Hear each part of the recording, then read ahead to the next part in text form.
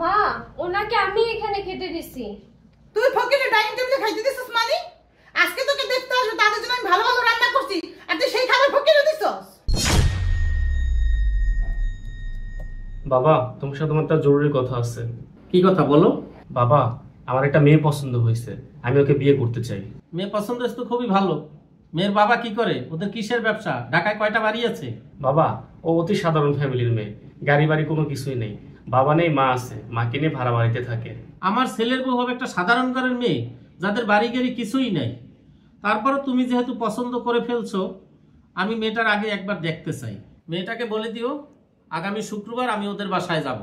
দেখে যদি মনে হয় মেয়েটা তোমার উপযুক্ত, তাহলে এই বিয়ে হবে। আচ্ছা ঠিক আছে বাবা। আচ্ছা ঠিক আছে। তিশা, আজকে একটা গুড নিউজ আছে। কি গুড নিউজ? তোমার আমার রিলেশনের কথা আমার বাবাকে বলছি, বাবা রাজি হয়েছে। তাই নাকি? হ্যাঁ, শুধু তাই না, আগামী শুক্রবার তোমাদের বাসায় যাবে। সত্যি? তোমার বাবা আমাদের বাসায় যাবে? হ্যাঁ সত্যি, বাবা যেহেতু বলছে তাহলে অবশ্যই যাবে। আচ্ছা বলো, কি খাবো? তোমার পছন্দ মতনই অর্ডার করো। আচ্ছা ঠিক আছে। ওয়েটার,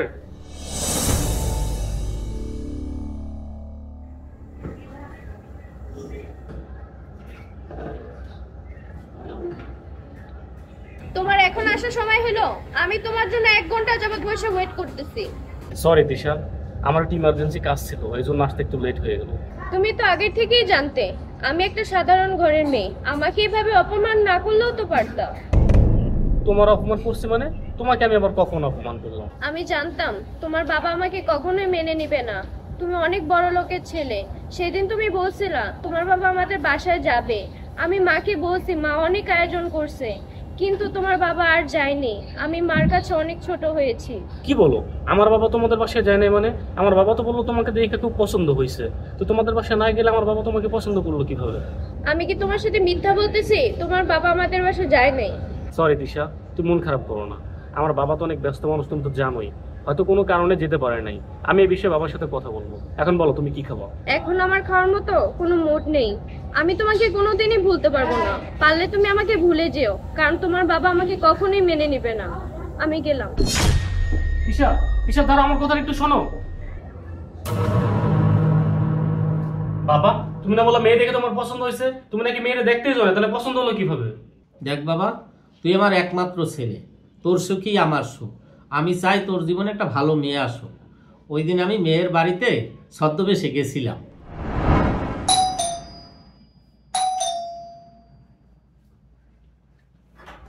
কে? আম্মা, আমি গরিব মানুষ, ভিক্ষা করে খাই। আল্লাহর রাস্তায় আমার একটু সাহায্য করবেন? আঙ্কেল, আপনি একটু দাঁড়ান।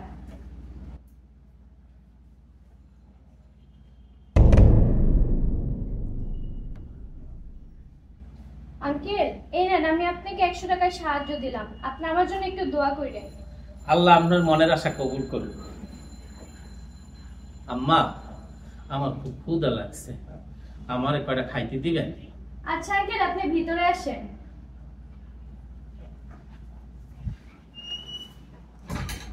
আঙ্কেল, আপনি এখানে বসেন, আমি আপনার জন্য খাবার নিয়ে আসি।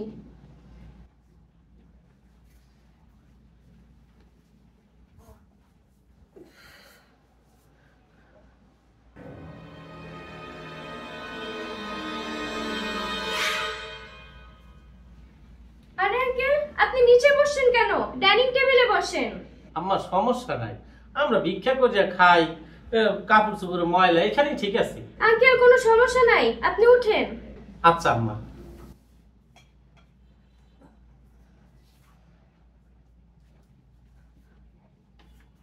এই যে নেন আপনার খাবার। আম্মা, আপনি এটা কি করছেন?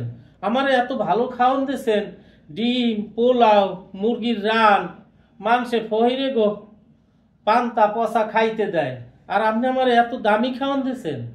আঙ্কেল, আমার বিয়ে ঠিক হইছে। আজকে আমাকে ছেলেপক্ষ দেখতে আসবে, তাদের জন্য ভালো রান্না হইছে। প্রথমেই আপনাকে খেতে দিলাম, আপনি খেয়ে আমার জন্য দোয়া করবেন। আম্মা, আপনি অনেক ভালো মানুষ, দেখতেও অনেক সুন্দর। আমি আল্লাহর কাছে আপনার জন্য মন বইরা দোয়া করব, আপনার জন্য অনেক বড় জায়গায় বিয়ে হয়। আঙ্কেল, আপনি পেট ভরে খান, লাগলে আমি আরো দিব।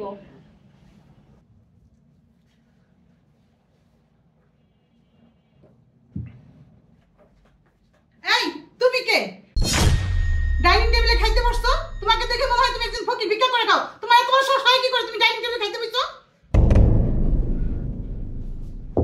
মা, ওনাকে আমি এখানে খেতে দিছি। তুই ফকিরে ডাইনিং টেবিলে খাইতে দিছিস মানে? আজকে তোকে দেখতে আসবে, তাদের জন্য আমি ভালো ভালো রান্না করছি, আর তুই সেই খাবার ফকিরে দিছস? মা, নিজেদের পছন্দের খাওন ফকিরদের খাওয়াইলে, ফকিররা দোয়া করলে আল্লাহ খুশি হয়। মেহমানের আগে কেউ ফকির খাওয়ায়? তুই খাওয়াবি পরে খাওয়াইতি। তাড়াতাড়ি ওনারে বিদায় দে, মেহমান চলে আসবে।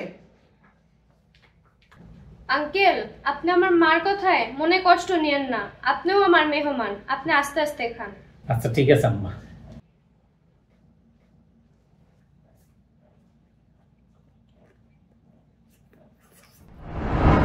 মেয়েটা খুবই ভালো, আমার পছন্দ হয়েছে, তোর জন্য উপযুক্ত। তুই মেয়েটার একটা ফোন দিয়ে বইলা দে, আগামীকালকে বাবারে নিয়ে আসতেছি। আচ্ছা ঠিক আছে বাবা, আমি ওর এখনই ফোন দিয়ে বলে দিচ্ছি। বাবা, সেদিন তোমার বাবা আসার কথা বলে আসলো না, আজকে তুমি একা আসছো, তোমার বাবা আসবে না? জি আন্টি, আসবে, রাস্তায় আছে, হয়তো বা এখনই চলে আসবে। আসসালামু আলাইকুম।